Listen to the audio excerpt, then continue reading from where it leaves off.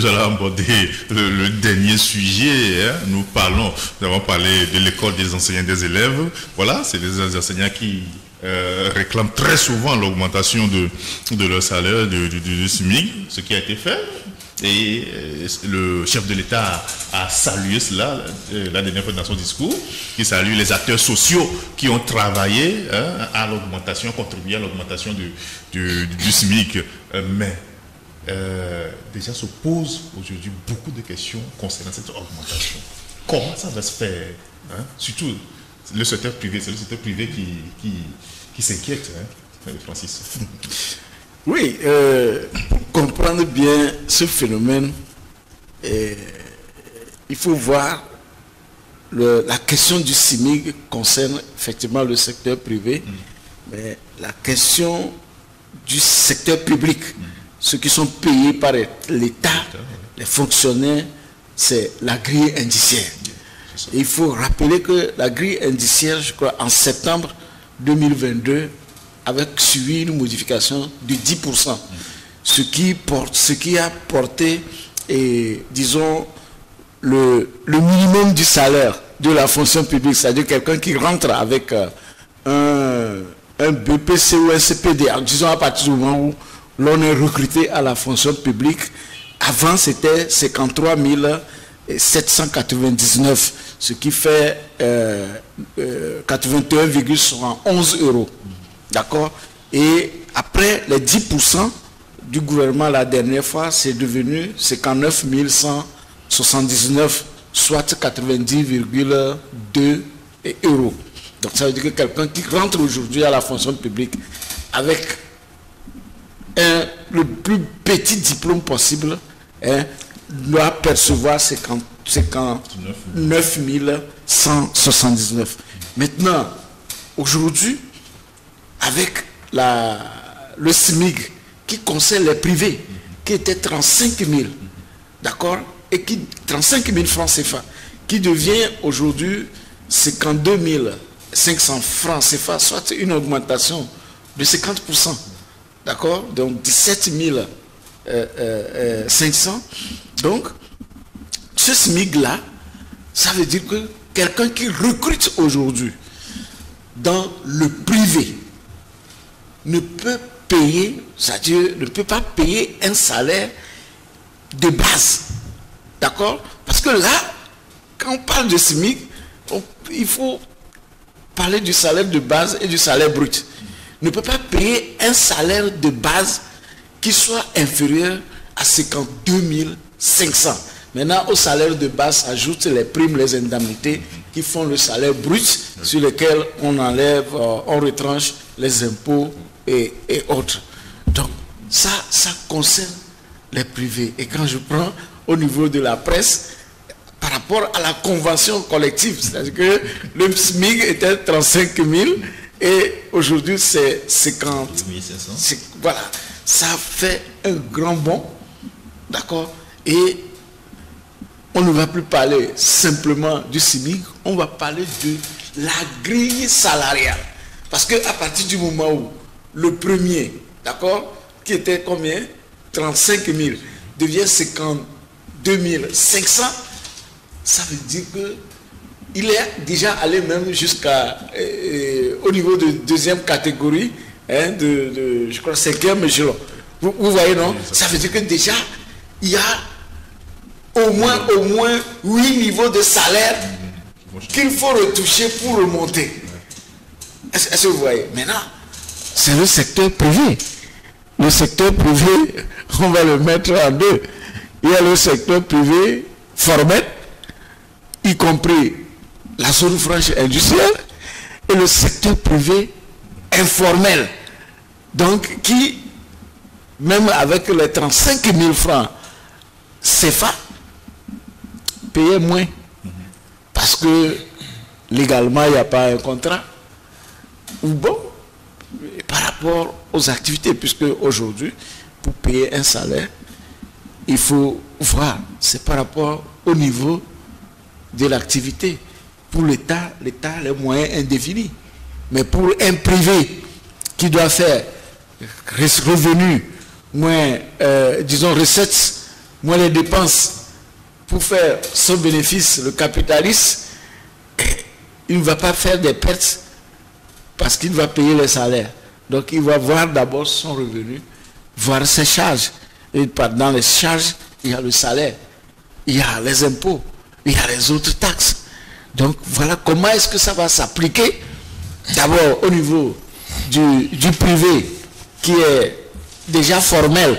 Le privé qui est déjà formel et à son niveau, bon, certains peut-être automatiquement vont revoir ça s'ils sont en bonne santé.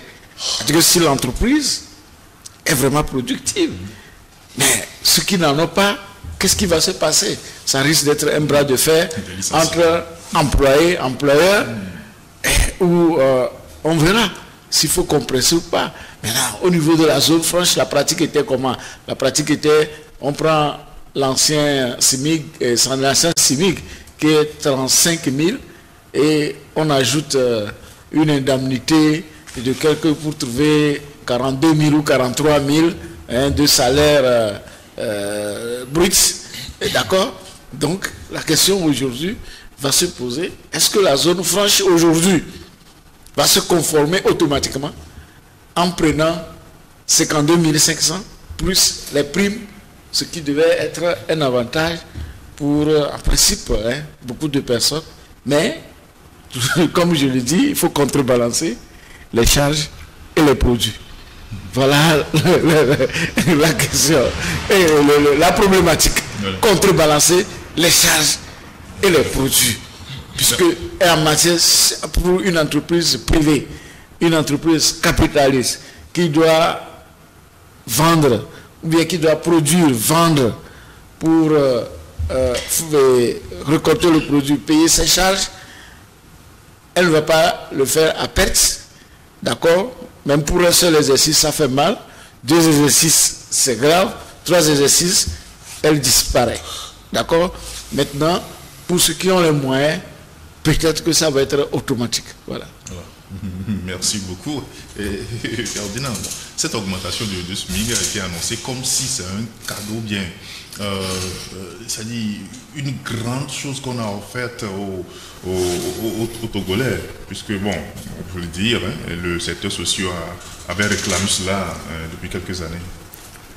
Oui, Francis a fait une très bonne intervention sur le sujet. Il faut déjà savoir que les négociations avaient commencé depuis entre les acteurs, le patronat, la chambre du commerce et les syndicats, puisque c'est une question qui regarde le secteur privé. Pour le secteur public, il a parlé tout à l'heure, il a dit c'est la grille indiciaire. Donc les discussions avaient même achoppé à un moment donné, parce que le patronat n'avait pas suffisamment de garanties. Et je pense qu'au bout du compte, ils se sont entendus. La question n'est pas de... Vous savez, au Togo, on a de beaux tests. Après, c'est l'application qui est compliquée. C'est pas mal, c'est une bonne chose d'augmenter le SMIC parce que même si l'ancien SMIC n'était pas appliqué, en tout cas par tout le monde ou la majorité, on sait que nous sommes dans un pays à plus de 70% informel. Les gens sont dans l'informel. On emploie comme on veut, il n'y a pas de contrat, il n'y a rien. Le chauffeur que vous avez à la maison, la bonne que vous avez à la maison, l'employé qui vient tailler votre jardin, des gens, vous les payez comme vous voulez. Vous disposez d'eux comme vous voulez, vous pouvez les insulter comme vous voulez. Et donc, parce que nous avons généralement la particularité d'exploiter des gens. Parce que j'ai un peu de moyens. Je prends par exemple un chauffeur, je l'utilise comme je veux. Il sait quand est-ce qu'il vient au boulot, il ne sait pas quand est-ce qu'il rentre à la maison, parfois des heures tardives. Quand le patron ne bouge pas, il ne bouge pas. Si le patron est chez une maîtresse, il attend. Si le patron part à 23h, c'est à 23h qu'il ramène le patron. Et généralement, il est payé peut-être à 35 000, 40 000. Et c'est lui qui fait tout. Voyez-vous, et lui n'a pas le droit de rentrer à la maison pour voir si ses enfants sont rentrés à temps, regarder le cahier de son enfant qui revient de l'école, s'il a fait ses devoirs, ses exercices, et non. Il rentre quand ses enfants sont déjà couchés, et quand ses enfants se réveillent pour aller à l'école, il est déjà parti. Les week-ends même, son patron l'exploite. je pense que cette situation d'informel généralisé arrange presque tout le monde. Hein, tout le monde en profite et les gens ne veulent pas qu'on en sorte. Donc le fait d'augmenter le SMIC de 45%, puisque c'est une augmentation de 45%, c'est pas mal. Maintenant, est-ce que toutes les mesures d'accompagnement ont été prises avant cette annonce-là? Ou est-ce que l'État va veiller à ce que tout ça soit appliqué? Généralement, c'est l'obligation qui est faite aux employeurs de déclarer les employés à la caisse de sécurité sociale pour que l'employeur, en cotisant, puisse aussi s'assurer une retraite. C'est alléger les charges des entreprises aussi, parce que ça va peser sur les entreprises. Il faut que le gouvernement et les entreprises, le patronat s'entendent pour que les charges fixes des entreprises, les impôts, tout ça, on puisse trouver un régime préférentiel pour les entreprises pour alléger leurs charges, pour que les gens puissent continuer par embaucher. C'est aussi tout l'arsenal de contrôle que nous devons avoir dans le pays pour vérifier si ceux qui emploient dans les bonnes normes. Il ne suffit pas d'employer les gens. On vient de parler de la zone franche qui est où on n'a jamais même appliqué le SMIC, où on l'applique comme on veut. Maintenant qu'on envoie à 52 500, est-ce que ces gens-là vont s'y conformer? Quand tu laisses la zone franche, tu abordes d'autres domaines. Est-ce que les gens... parce que l'impact, c'est quoi? L'impact, c'est que au niveau de la population, il va y avoir une répercussion rapidement. La vendeuse je ne sais pas, au marché va augmenter les prix. Il y aura une flambée de prix. Le niveau de l'inflation... Ça va monter en flèche. Les gens vont dire, mais au bon Dakar, bon, donc... Or, c'est virtuel. C'est virtuel. Donc, ce qui s'est passé, c'était une négociation. Ouais. Et bon, je pense que le chef de l'État a pu déléguer, a délégué, parce que d'habitude le SMIC c'est le gouvernement, c'est par décret. Mais cette fois-ci c'est un arrêté. Et même le ministre a bien dit que c'est entre négociations entre employeurs et employés. Donc c'est déjà un problème. Ça veut dire que ce seraient les syndicats qui ont les bras lourds qui vont l'emporter. Bah, c'est à partir de quelle étude cette décision a été prise? C'est très important parce que on ne se lève pas comme ça, on décide que le SMIC augmente de tel. Il faut faire une étude économique, des études économiques approfondies pour voir est-ce que les entreprises vont pouvoir supporter, tenir ces charges. Parce que je viens de dire qu'il y a une augmentation de 50% sur le SMIC. Ce que l'État même n'a pas pu faire sur le minimum de salaire, sur la grille indiciaire. L'augmentation que l'État avait eu à faire, ça faisait 5 000 et quelques CFA. D'accord, sur la première grille. Maintenant, lorsque ça concerne le privé, l'État est allé jusqu'à 50%. Là, je dis que 50%... 45. Oui, 45%. 45%. C'est 35 000 à 52 000. Oui, ça fait 17 000, 35 000, 17 000, oui. Mais 45%. Ça veut dire que tous comment l'appelle-t-on, les salaires, tous les salaires qui suivent, parce que je viens de dire que quand je prends la convention collective des médias, on est déjà au niveau de la 5e tranche qui est 52 000. C'est-à-dire qui était 52 000. Donc ça veut dire que ce qui était après 52 000 doivent remonter, c'est-à-dire qu'ils doivent dépasser le SMIC. Maintenant, comment est-ce qu'ils vont les calculer? C'est quel pourcentage? Est-ce qu'il faut appliquer 45% ou dans quelle proportion il faut l'augmenter? L'État même a fait moins.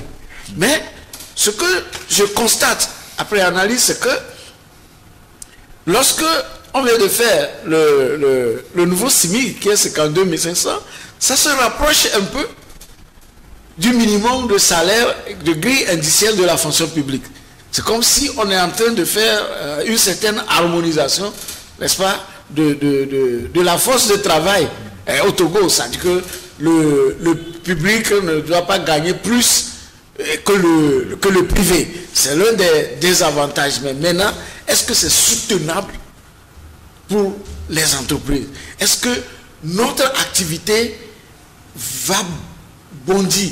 Ferdinand l'a dit tout à l'heure, lorsqu'on prend ce genre de mesures, il y a des allègements et qu'on fait, ou soit on espère que l'activité économique va bondir. Alors que lorsque vous prenez la loi des finances, la nouvelle loi des finances, on demande encore plus à l'OTR. Ouais. Puisqu'on est au-delà de 900 et quelques milliards. Avant c'était 814. Ça veut dire on est au-delà de 900 milliards. Ça veut dire qu'il y aura une pression. Ça veut dire qu'il y aura encore une pression fiscale sur les entreprises. Au même moment, vous demandez aux entreprises de payer plus les employés. Donc ça va être oui, ça veut dire qu'il y a de l'étincelle. Ouais. Il y aura des mouvements sociaux, ça c'est clair. Oui. Les employés vont se révolter. La bonne dame qui vont au bord de la route au marché, ils vont augmenter les prix. Et puis dans un pays aussi désordonné comme le nôtre sur le plan social, où personne ne contrôle rien. On dit qu'il y a des services de contrôle des denrées alimentaires, on ne sait pas dans quel marché les gens vont, avec quel instrument de mesure. Les gens fixent les prix comme ils veulent. Et ça va être un peu compliqué. Moi, je pense qu'il faut un débat national, un débat autour de la question, et pour qu'on nous dise effectivement quelles sont les mesures qui sont prévues pour alléger, par exemple, les charges des entreprises, et quelles sont les garanties qu'on a aujourd'hui que l'État va mettre un arsenal en place pour ne serait-ce que commencer un début de contrôle de ceux qui emploient les gens. Et donc, on a bien envie de voir autour d'une table... L'inspection du travail, est-ce que ça fonctionne? Corrompu. Est-ce que ça fonctionne? On a vraiment besoin d'avoir autour d'une table le ministre du Travail et de c'est ça, de la fonction et du dialogue social, le patronat, tous ceux qui représentent le patronat, les grandes entreprises, le patronat, la chambre du commerce, les syndicalistes, qu'on organise un débat national où il y a des journalistes indépendants, plus les journalistes publics qui posent des questions. Ce n'est pas des gens qui viennent poser des questions orientées. Qu'on pose des questions aux gens. On ouvre le débat. On dit, comment est-ce que... C'est vous qui avez signé la convention. C'est vous. C'est-à-dire chambre du commerce, patronat, syndicat.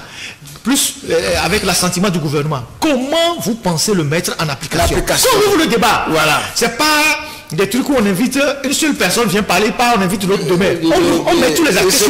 Il dit que le SMIC a augmenté sans savoir comment mettre en application le SMIC. Et donc on mène un débat public sur des médias avec la possibilité aux citoyens de poser des questions. Voilà, nous sommes dans tel domaine, voilà combien nous sommes payés. Est-ce qu'avec cette nouvelle disposition, nous pouvons espérer que demain, notre situation va changer? Voilà, nous sommes dans telle situation. Voilà. Talon, quand il a dit que je vais faire ci, il a fait des interviews. Il a dit, jusqu'à l'employé de maison, l'État va organiser une chasse. Mais ça a été une pédagogie. C'est une pédagogie. Voilà. Et c'est toute une pédagogie. Donc, ce n'est pas des accords qu'il faut prendre et lancer comme ça pour en faire de la propagande. Parce que si moi j'ai vu, depuis le début là, c'est des ministres qui se promènent sur les radios. C'est des ministres qui font le service après-vente pour dire qu'on vient commenter le discours du président. Comme si nous on n'est pas suffisamment intelligents pour comprendre le discours du président. On se promène sur les radios pour dire oui, on a augmenté le SMIC, on a dit ci, on a dit ça. Non. Il faut amener les acteurs qui ont signé cette convention-là pour faire un débat public avec un représentant de l'État pour qu'on nous dise effectivement comment est-ce qu'on en est arrivé là. Francis vient de le dire, sur la base de quelle étude et comment on compte mettre en application ces nouvelles dispositions et comment on compte juguler les impacts que cette nouvelle disposition va avoir sur la vie de tous les citoyens. Je pense que quand on gère un pays et qu'on entend faire la reddition de la gestion publique, c'est ce qu'il faut faire. Et il est temps qu'au Togo aussi, on puisse désormais mettre en place le Conseil économique et social. Parce que pour ces genres de choses, on a besoin de l'avis des experts du Conseil économique et social. Ça n'existe pas. C'est prévu dans la Constitution depuis 20 ans, 25 ans, 30 ans. Ça n'a été jamais mis en place. J'ai constaté la dernière fois, un journal a dénoncé, qu'il y avait une conférence quelque part où on invitait les responsables des conseils économiques et sociaux, c'est le ministre des droits de l'homme et quelques amis qui sont allés. Donc, voilà des institutions qui n'existent pas, qu'il faut mettre en place, même si je ne suis pas pour qu'on multiplie les institutions qui ne servent à rien, mais où on peut demander l'avis des économistes qui sont là-bas pour dire, voilà.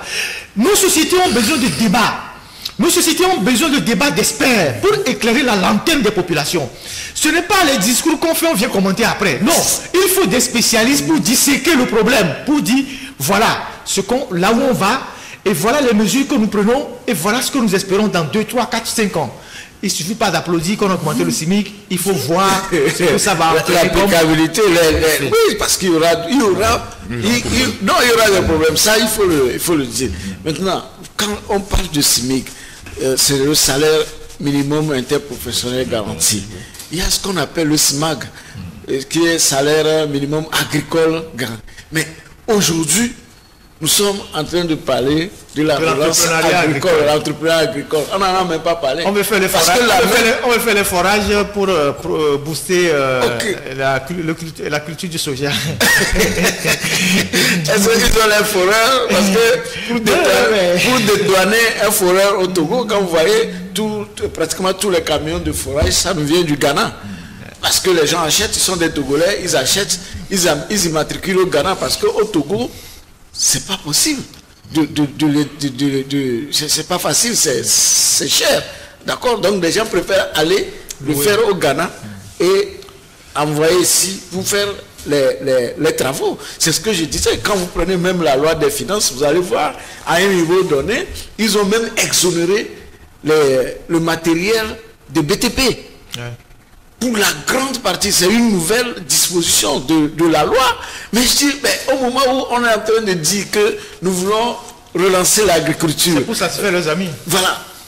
Non, il faut voir que les gens ont déjà en tête quelque part qu'ils vont créer des entreprises de BTP dans les années. Et ils ont fait le lobbying pour que la loi soit adaptée à leur désir. Voilà. Alors qu'on parle d'entrepreneuriat agricole. Pourquoi les tracteurs? Voilà, pourquoi ne pas rendre à taux zéro sur les tracteurs, les systèmes d'irrigation et autres? Mais c'est que quand vous voyez parfois certaines décisions, vous vous demandez, en fait, il y a des gens qui sont là, qui veulent s'octroyer à eux seuls les privilèges, et puis quand vous voyez... Et ça n'a pas attiré l'attention des députés. Il y a une catastrophe qui est là, que les députés ont avalisé, et qui pose déjà des problèmes sur le terrain. C'est la nouvelle carte judiciaire, où on a supprimé des parquets à certains endroits, où aujourd'hui, pour régler les problèmes, par exemple, pour quitter tout, il faut venir à Notier. Mais quand on arrive à un brigand, pour le déplacer de tout à Notier, le parquet de Kévé a été supprimé, il faut aller allumer. Comment tu fais? Et ça, quelqu'un me disait dans le milieu judiciaire qu'on n'a pas pu comprendre comment les députés ont pu applaudir cette décision parce qu'ils n'ont même pas sollicité l'expertise des juges, des magistrats ou des avocats pour leur dire ce que vous êtes en train de créer là comme nouvelle loi judiciaire ou nouvelle carte judiciaire va créer plus de problèmes que de solutions. Il va avoir des charges pour les procureurs, et il va avoir des problèmes avec les juges. La dernière fois, on me dit, on a arrêté quelqu'un à Résoudé qui a volé le maïs des gens. Mais vous savez où on l'envoie? À Sokodé. Ah mais c'est ça. Donc, et quand vous prenez le transport, je dis à moto, quand vous prenez Sokodé, Résoudé, vous avez 3 heures de temps, même la moto file ça. Alors qu'il y avait un tribunal à Tchamba. Donc on a supprimé pratiquement le parquet. Que maintenant tout le monde vient se concentrer à Sokodé, alors qu'on peut régler certaines choses à Tchamba. Vous voyez, quand les gens font tellement de calculs, on a parlé de la dernière augmentation de salaire pour les fonctionnaires. Mais quand vous voyez l'augmentation, on avait dit 10%. Mais le 10% pendant que ceux qui gagnent moins, puisque le 10% c'est en fonction de votre ancienne base. Donc les gens qui gagnaient moins ont eu moins. Alors qu'ailleurs, le discours était de donner plus de l'argent à ceux qui gagnaient moins pour qu'ils montent. Donc, et ces gens qui gagnaient plus, on a fait 10%. Donc, ils ont eu ce qu'il fallait compte tenu de ce qu'ils avaient comme salaire. Et même présentement, quand vous voyez la nouvelle loi des finances, puisqu'on vient de parler de l'exonération, ils ont revu même la grille de l'IRPP, qu'ils ont ramené à 8 positions. Avant c'était 5, ils ont ramené à 8 positions. Mais ça arrange les gens qui gagnent encore plus, qui gagnaient plus. Est-ce que vous voyez? Donc, voilà des choses qu'on fait pour arranger certains, alors que le pauvre qui devait en bénéficier ne pouvait pas en avoir. La loi des finances, c'est pour nous tous. Quand j'ai vu ce côté, surtout ce côté où on exonère les matériels de BTP, ma première idée c'est que les gens vont encore créer des sociétés de BTP, ou bien certains ont demandé que bon, faites-nous ça pour qu'on fasse venir, parce que quand vous voyez aujourd'hui les grandes sociétés qui ont les trucs BTP ici, qui sont en train de faire les chantiers, peut-être ils vont s'éterniser. Et c'est des circuits de fraude. C'est tellement qu'ils vont s'éterniser. C'est des circuits de fraude. Oui. On exonère pour le BTP, mais vous l'achetez, vous l'utilisez pour autre chose. Voilà. Ouais. Donc, ce qu'ils font rentrer, mais ce que la douane perçoit, parce qu'il y a, comment ils appellent ça, autorisation temporaire d'utilisation, et ça leur revient cher. Donc, peut-être qu'ils ont voulu renouveler, acheter du matériel. Donc, ils ont fait le lobby pour que la douane ne gagne rien. On fasse l'exonération, alors que le pays a besoin de la science. Au moment que vous avez amené encore la contribution de la douane et des impôts à plus de 9 milliards. Est-ce que les députés qui ont voté la loi des finances, ils ont compris ça? Bon, nous, avant même, puisque c'est secret, avant même le vote de cette loi, moi je me suis adressé à certains députés que je voudrais jeter un coup d'œil. Non, c'est après quand c'était voté que nous avons vu. Donc, voilà ce qu'on est en train de faire. La nouvelle rentrée qui vient d'arriver, peut-être janvier, on va souffler un peu. À partir de février, la pression fiscale va il y a un huissier qui me disait, pour la nouvelle carte judiciaire, il dit, j'exerce dans telle localité, on a supprimé le parquet, on m'oblige à aller à plus de 130 km pour notifier mes actes, pour aller prendre les notifications de mes actes. Je vais répercuter ça sur mes clients. D'abord, j'ai de longues distances à parcourir. Les huissiers, avec tout. Donc c'est une catastrophe. Mais on a fait une conférence de presse pour dire que oui, la nouvelle carte judiciaire, c'est une réforme majestueuse et tout. Dans l'application, les magistrats se plaignent tous les jours. Et dans certaines juridictions, vous n'avez que deux procureurs. Et qui ont des dossiers comme ça, à traiter de plusieurs villes. Comment ils vont s'en sortir? Les gens, il y a des dossiers qui sont sur les tables des juges. Les juges qui courent sur les dossiers. C'est pas possible. Donc, et des députés ont validé ça. Donc, je pense qu'il y a un gros souci dans notre pays. Hein. Parce que justement, il n'y a pas de débat. Non, c'est parce qu'il n'y a pas de débat. C'est ça, par exemple. Moi, j'avais demandé. Il n'y a pas de débat. Moi, j'avais demandé, si j'avais eu cette loi, moi, quand je passais, c'était à l'écran. Je n'ai pas imprimé même. Il n'y a pas de débat. Quand j'ai regardé cette exonération, je dis, mais ça veut dire quoi? Il n'y a pas de débat. C'est quelque chose qui sur la question du SMIC, il faut sortir de la routine où on fait venir un ministre qui vient faire le service après-vente, qui vient applaudir pour dire, ouais, on félicite le chef de l'État, son excellence, sa magnanimité, son machin. Il faut faire venir autour d'un plateau de télévision les acteurs de cette disposition, de cette loi. Patronat, les grandes entreprises du Togo, Chambre du commerce, les ministres qui représentent l'État, les syndicats. Et vous choisissez des journalistes qui sont en même de poser des questions, même les questions qui fâchent. Et vous faites un débat public pour que l'opinion sache d'où on vient. Voilà. Pour ne pas créer... Pour que l'employé qui est dans une société qui est exploitée, il puisse connaître ses droits. Puisse sache que, on m'a expliqué le SMIC, on m'a expliqué le SMAC. Voilà ce que je peux faire si je suis en situation. Ce que je peux demander à mon patron. Pourquoi il ne m'a pas immatriculé? Pourquoi il ne m'a pas déclaré la caisse de sécurité sociale? Voilà ce que je peux demander. Nos sociétés ont besoin de débats. Les débats permettent d'éclairer les citoyens et d'apaiser la situation. Les histoires de services après-vente où on envoie les gens sur des radios pour venir nous raconter. On n'en a pas besoin. Et puis, en dernière position, et on ne parle pas seulement de SMIC. Quand on travaille, on cotise pour aller à la retraite. Comment les retraités sont traités? Vous imaginez comment ils finissent leur carrière? Voilà, quand vous prenez par exemple le privé et le public, quand le privé va à la retraite, il a à peine le tiers de son salaire, c'est de son salaire brut d'ailleurs. Est-ce que vous voyez?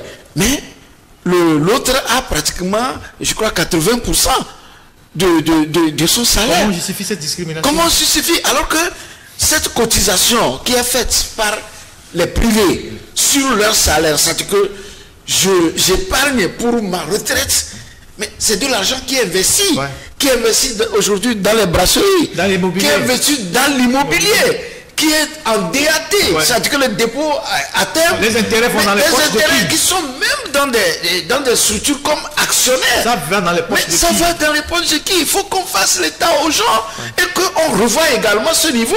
On ne doit pas, c'est-à-dire que pendant que les autres prennent 80%, les autres vont prendre le tiers. C'est-à-dire si vous avez 100 000 de salaire brut à la retraite, si vous êtes privé, vous prenez... Vous avez un 33 000, 25 000. Ce n'est pas possible. Et ce n'est pas normal.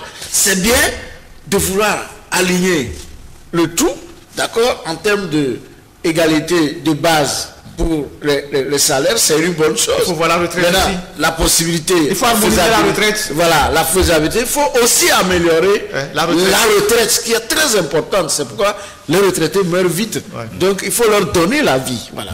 Merci, messieurs. Nous sommes presque arrivés à la fin de cette émission. Voilà, comme vous l'avez remarqué, nous avons encore commencé cette nouvelle année avec nos problèmes, les problèmes du Togo. Mais pas à pas, on va tenter d'en parler, on va tenter d'en discuter, d'en débattre pour chercher des solutions véritables. Alors, chers amis, un mot pour conclure, Francis. Oui, un mot pour conclure.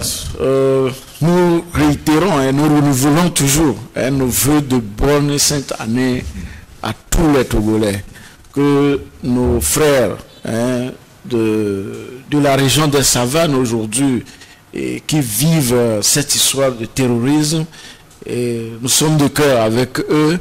Et nous prions que ça cesse le plus rapidement possible et encore courage à nos forces de défense et de sécurité. On sait, parce que nous avons été approchés par beaucoup par rapport à cette histoire de droits non jamais versés, des ressentiments qui existent, c'est des dossiers, je vous dis, pour les traiter, ce n'est pas petit, mais nous allons essayer à la mesure de notre possible, et pour que l'autorité sache, que le chef de l'État sache que la détresse des militaires, ceux qui sont à la retraite, ceux qui ont eu des problèmes en fonction par accident, ou des familles endeuillées, bien sûr aujourd'hui nous avons ce qu'ils appellent indemnité pour les militaires tombés au front et autres. Il faut véritablement la mettre en application, mais aussi c'est quand on va mourir que la famille bénéficie, mais pendant qu'on vit, pendant qu'on doit aller au front, il faut qu'on mange bien, il faut qu'on soit assuré que notre arrière, quand je serai dans la tombe, mes enfants ne mourront pas de faim, leur école sera assurée. Donc c'est ce plaidoyer que nous faisons toujours à l'endroit du chef de l'État, Faure Gnassingbé, et à ces ministres, on demande de l'humilité, cessez de vous former en clan, ça va finir un jour. Tout ça là, il suffit d'un coup de baguette. Si Faure Gnassingbé aujourd'hui a pu faire un remaniement contre toute attente en soutenant Madame Nyakade, c'est qu'en principe, le signal qu'il envoie, c'est que nul n'est à l'abri. Et peut-être que nous serons encore au bas de l'escalier, certains reviendront nous trouver. Merci beaucoup, Francis. Oui, Ferdinand. Non, mais d'abord, merci à tous ceux qui ont pris la peine de nous écouter. C'est la reprise. Portez-nous, nous-mêmes qui animons ces émissions dans vos prières, parce que ce n'est pas facile. Souvent, nous recevons tellement d'informations. Francis vient de le dire, sur le plan de ce qui se passe dans les savanes. On est obligé de faire de la censure parce que, avec les nouvelles dispositions, la loi sur le terrorisme et tout ça, peut-être vous voulez faire du bien, on viendra vous prendre un matin en disant pourquoi vous avez divulgué telle information. Seulement, quand vous ne communiquez pas, on communiquera à votre place. Vous savez, ce qui se passe au nord du Togo, nous sommes à une frontière avec le Burkina. Si les Togolais ne communiquent pas, il y a des sources indépendantes au Burkina qui vont communiquer. Donc, même aujourd'hui, les FDS communiquent très rapidement. Ouais, et donc, nous, on reçoit tellement d'informations, surtout sur ce qui se passe sur le front, le malaise dans l'armée, notamment la hiérarchie, comment est-ce que le matériel ne parvient pas à temps, ou bien les querelles entre les décideurs, et parfois le business autour de la commande de certains matériels et tout, ce qui a abouti d'abord à ces limogeages-là. C'est des choses qu'on savait, qu'on n'avait pas dit ici dans les émissions, parce qu'on ne voulait pas qu'on dise que c'est nous. Comme on le dit, quand ça va pourrir, ça va sentir, voyez-vous. Et quand ça ne commence pas à sentir, le principal responsable a pris quelques mesures palliatives. Donc, prions pour notre pays et prions pour nous les journalistes aussi qui remontons les informations à l'opinion.